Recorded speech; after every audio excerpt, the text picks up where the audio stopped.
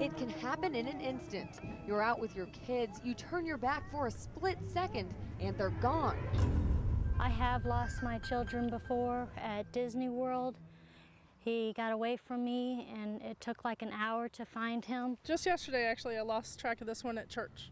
But I try to make sure that we only go places that are fairly safe. When he was younger, I did lose him in Walmart, and I had to run to customer service and have him paged quickly where they helped me find him.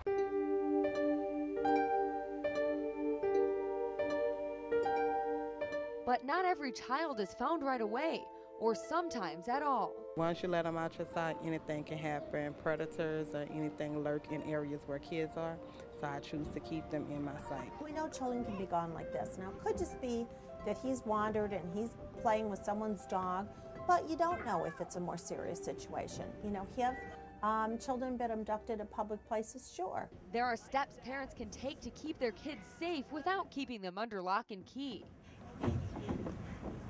Pam Weaver, Director of Community Education at the National Center for Missing and Exploited Children in New York, says parents can start talking to their kids about safety as soon as they hit preschool. We really believe that if we empower kids, teachers, parents, families with some, very basic safety rules, and if kids learn to incorporate them in their daily life, it really can lower their risk of being a victim of sexual abuse or abduction. And Pam says there are 4 simple rules you can teach your child to keep them safe while out and about in public places, like on the playground.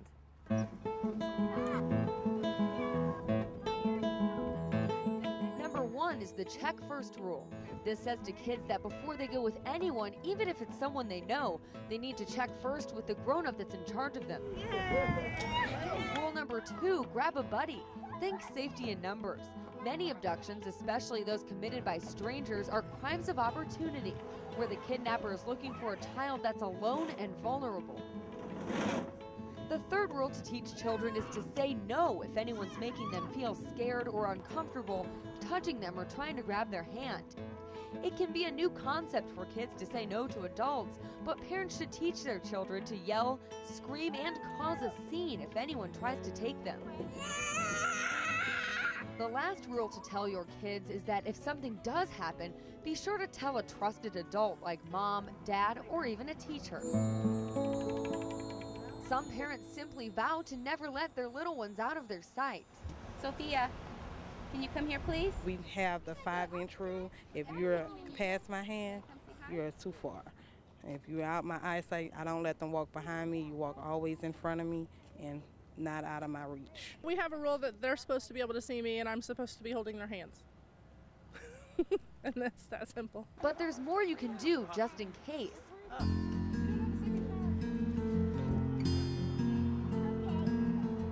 If possible, scout out the location of your outing before you go. Find out if they have a lost child area and form a plan with your child in the event you get separated. It depends how old the child is. If you tell a 3 or 4-year-old we'll meet at the entrance, they're little, they have no idea where the entrance is. If it's an older child, you can certainly, pick a spot and say this is where we'll meet. Make sure you know what your child has on and bring a recent photo or a child ID card.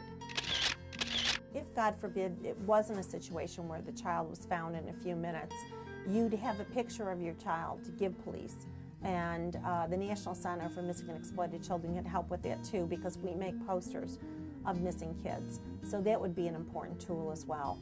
If you do get separated from your child in a public place, try not to panic. Obviously your fear level is going to be up there, your anxiety, so you need to try to think calmly, what can I do? Yell your child's name. Sophia. And beforehand, tell your child to yell your name instead of mom or dad if they get lost.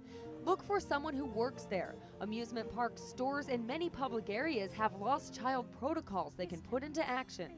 And enlist the help of other adults in the area. You could say to people, other parents, because I think any parent would certainly empathize with a lost child. Have you seen a little boy, he's this tall, he's got a blue baseball cap on, a red shirt, and hopefully you get some helpers along with you. And don't be afraid to call 911. If a child's missing, there's no waiting period. If you've got a cell phone, you dial 911 and get that emergency help there as soon as possible. If 5 minutes later you found your child, you can certainly call and say, all's well, but you do want to get the wheels in motion. Bottom line, just use your head. You know, a lot of it's common sense. You really need to kind of think of all the precautions you need to take, not to be so paranoid that you don't enjoy the outing, but, you know, think about, am I doing everything I can to make sure we have a safe, enjoyable day?